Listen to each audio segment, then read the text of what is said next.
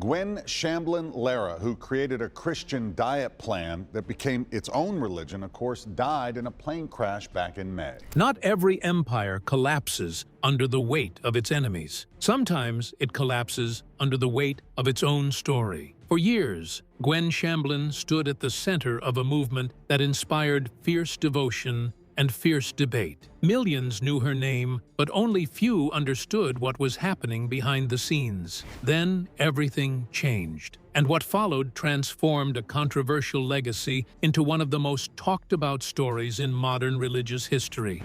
The morning the lake took everything. On the morning of May the 29th, 2021, a small Cessna Citation private jet lifted off from Smyrna Airport just outside Nashville, Tennessee, carrying 7 people who believed with everything in them that they were doing the work of God. 2 minutes and 1 second after takeoff, the plane was gone. It gave no warning. The aircraft turned, dropped, and drove nose first into Percy Priest Lake at a speed investigators would later describe as a near-vertical descent. A fisherman on the water that morning said he heard what sounded like a low-flying military jet and watched it hit the surface straight down. These were not strangers on a commercial flight. These were some of the most devoted people inside one of the most controversial religious organizations in modern America. And they all died in 121 seconds while trusting the man at the controls of that plane. The pilot was Joe Lara, a former Hollywood actor turned country music hopeful turned husband to a woman named Gwen Shamblin Lara, whose face had once appeared on every major television screen in the country. Seated beside him was Gwen herself, along with 5 of Remnant Fellowship's most senior founding members, including David Martin and his wife, who had been with Gwen since the very first day she opened the church doors. All 7 people on that plane were killed on impact. Not one person survived. The National Transportation Safety Board released its final report in March of 2023, and what it concluded was not what many people were expecting. The crash was not caused by mechanical failure, and it was not weather alone. The official cause was something called a somatographic illusion, meaning the pilot lost his sense of where the plane was in space and could not correct course before it was too late. A flight instructor who had trained Joe Lara told investigators that the man could not visualize in his mind where the airplane was in time and space unless he could physically see it on his iPad. That same instructor had warned him against flying in limited visibility conditions. The warning went completely ignored. When Gwen died on that lake, she was 4 weeks into filming a 9-week video series for her congregation on the specific topic of greed. She had been recording herself telling thousands of followers that money was never meant to be accumulated. She warned them on camera that God is a God of justice and would not be mocked. She said most of the world had abandoned true religion and become converts to building up their own pocketbooks. She boarded that plane less than 30 days after recording those words. And when investigators opened her will, they found one of the sharpest contradictions in the history of American religious broadcasting. The woman who built a multi-million-dollar empire on the idea that clinging to money was a spiritual failure did not leave a single dollar to the church she spent 22 years building. Every property, every asset, every piece of her real estate portfolio went entirely to her 2 children alone. Remnant Fellowship received only the publishing rights to her old books. Nashville attorney Gary Blackburn, who had once gotten Gwen to admit under oath that she was personally profiting from her ministry, told reporters he had looked at the will multiple times and had not seen a cent for the church. He called her a 100% phony, a grifter, and a huckster. The woman who preached surrender held on to everything until the moment the lake took it from her. To understand how deep that contradiction truly runs, you have to start at the very beginning. The woman who turned God into a diet plan. Gwen Henley was born in 1955 in Memphis, Tennessee. Her father was a surgeon who took her on hospital rounds, and she grew up with one belief, that a healer's purpose was to remove what did not belong. She decided to do the same, not with a scalpel, but with scripture. Her family attended a Church of Christ congregation that did not allow women to speak or lead. Gwen Shamblin built the most visible one-woman religious empire America had ever produced. The irony never troubled her at all. She earned a master's degree in food and nutrition, became a registered dietitian, and taught at Memphis State University for 5 years. In 1986, she founded the Way Down Workshop. She told people to eat only when they felt genuine physical hunger, stopping when satisfied. Every bite beyond hunger was not a health issue. It was idolatry. It was bowing down to the refrigerator instead of bowing down to God. The results were real. People lost weight, and that is what made her dangerous. When something finally works after years of failure, you stop asking hard questions about the person who gave it to you. By 1997, 30,000 churches across 15 countries were hosting her sessions, and her first book sold over 1 million copies. She appeared on Larry King Live, The Today Show, and the BBC. On Larry King, she told America that nothing was being accumulated for herself. The audience believed her. She needed them to. The audience believed her completely. She needed them to, because what was coming next required that level of trust to already be solidly in place. The church, she said, God personally told her to build. In January of 1999, Gwen founded Remnant Fellowship Church in Franklin, Tennessee, beginning with roughly 80 members inside a warehouse behind the Way Down building. She drew the name from the biblical book of Ezekiel and from her conviction that she had been called to build the only true church on earth, not one of many valid churches, the only one. In a recorded sermon, she told her congregation plainly that she had found God's church, and the room she was standing in was it. She also began distributing newsletters in which she denied the Christian doctrine of the Holy Trinity, stating that Jesus and God were two separate beings who were not equal in power and glory. For tens of millions of evangelical Christians, this was not a theological gray area. It was heresy, and the response was immediate and severe. Thomas Nelson canceled her book contract. Major churches across the country dropped her Way Down workshops. Southern Baptist leaders issued public warnings. The Lutheran Church Missouri Synod compared her theology to that of Jehovah's Witnesses. Thousands of women who had structured their spiritual lives around her program sent their books and curriculum back to her headquarters. Revenues fell sharply. Gwen called it a witch hunt and kept going without slowing down for a single day. What she did instead was begin removing anyone who was not fully committed to her new direction. Court documents from 2001 showed that at least 35 employees said they were pressured to join Remnant Fellowship as a condition of keeping their jobs. A woman named Tanya had relocated her entire family from California to Tennessee after being recruited to Way Down. She attended Remnant for 2 months, decided the messages were not right for her family, and was then fired. She said Gwen told her directly that she paid people good money to pray and did not need anyone's prayers. She was told that some people are sacrificed for the benefit of others, and that was the explanation for her termination. Another employee named Anita was asked to sign a letter falsely stating she had resigned voluntarily when she had in fact been terminated. She refused. When the matter reached a formal deposition, Gwen made a comparison that stopped everyone in the room. She said that when people in prison camps ate less food, they all lost weight. The attorney asked whether she was comparing the forced starvation of imprisoned people to the dieting habits of middle-class Americans. Her answer was that she had been making exactly that comparison for 15 years, and many people had responded. The lawsuits were settled out of court with all terms sealed. But the lawsuits were only the visible surface of what was building inside Remnant Fellowship, and what sat underneath was far darker than any legal filing could capture. The rules that were never optional.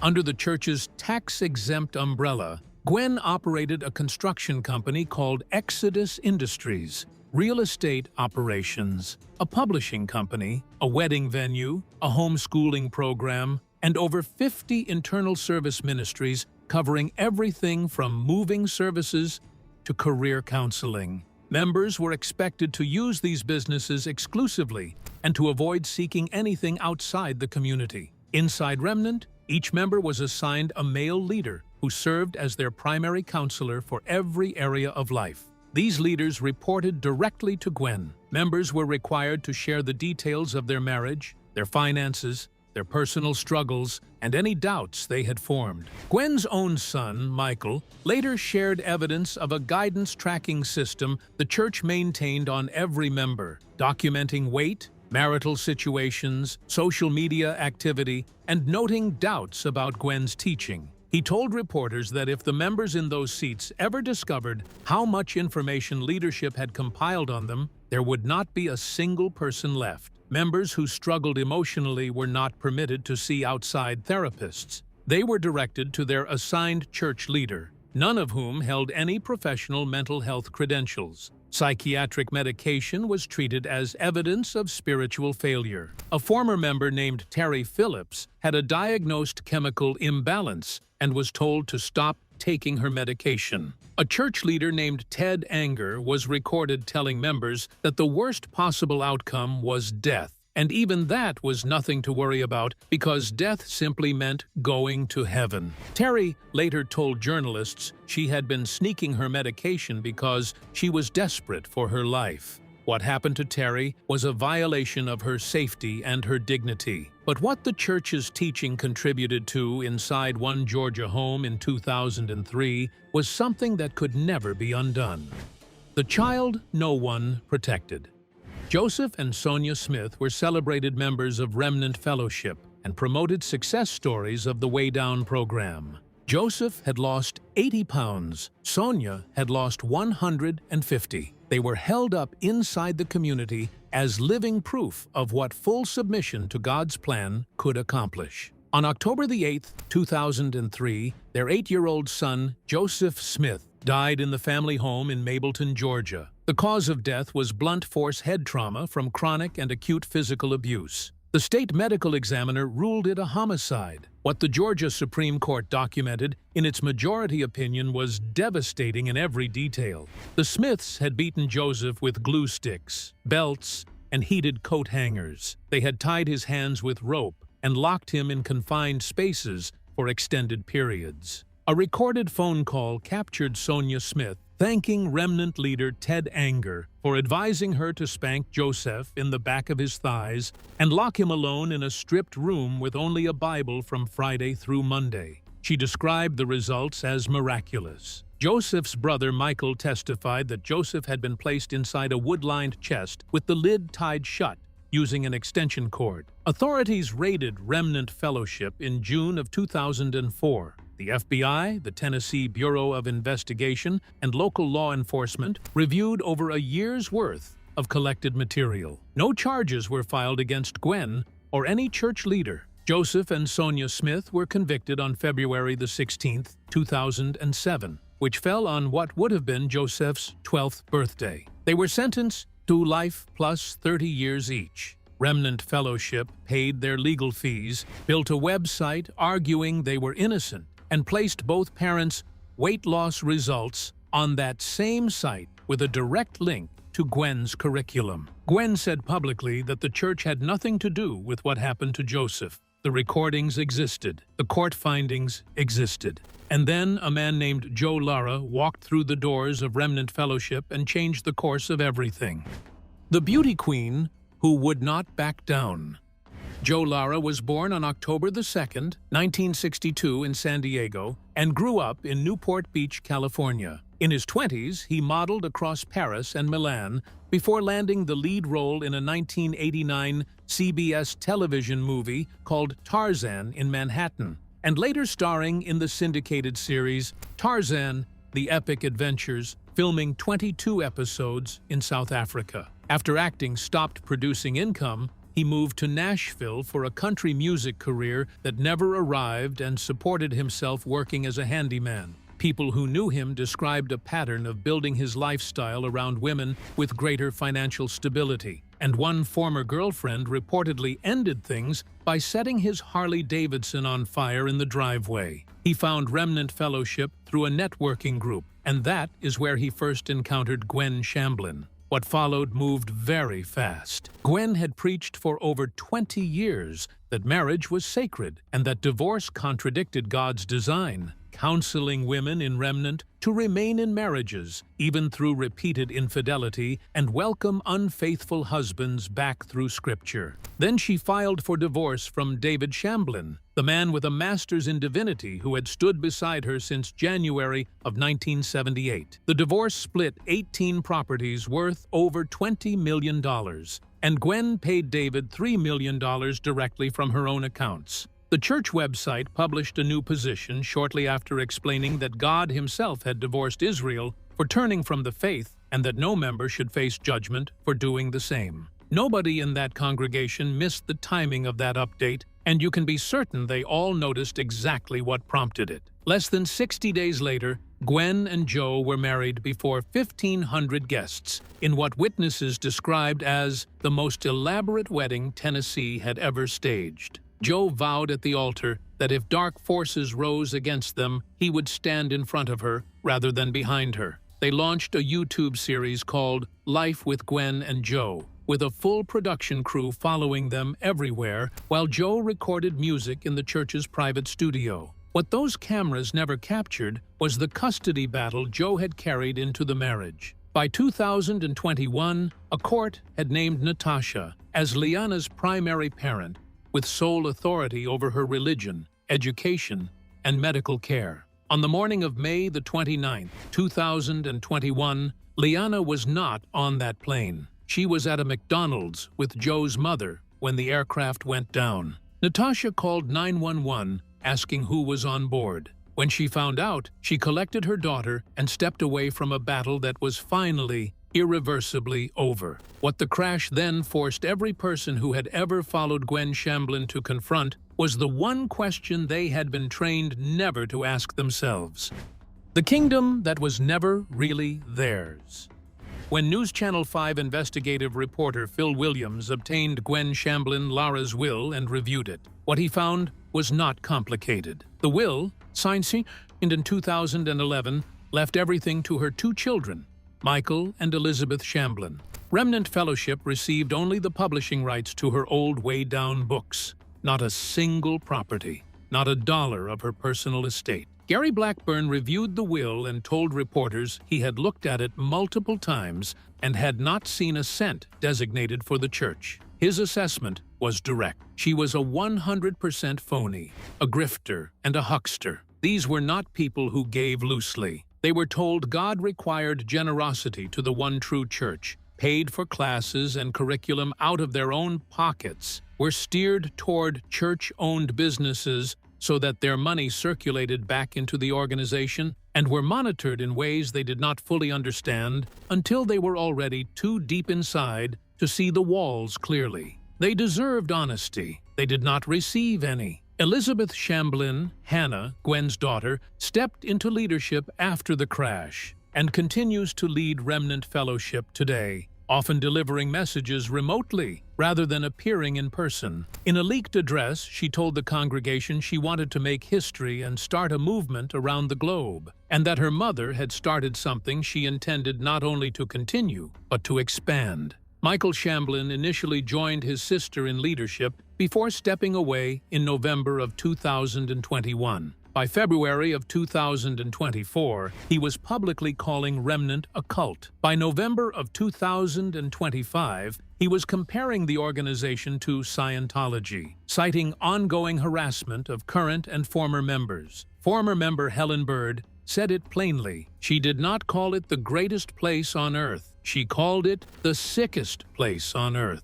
Gwen Shamblin. Lara told the people who trusted her that releasing their grip on money was the path to God. She said it from a 40-acre estate in the wealthiest county in Tennessee, while holding trusts, beach houses, aircraft, and a real estate portfolio that her own will confirmed she never once intended to share. The empire she built is still standing. The people who paid the most to construct it are still waiting for something that looks like justice. Drop your thoughts in the comments and let us know which part of this story you think the world has not yet paid enough attention to.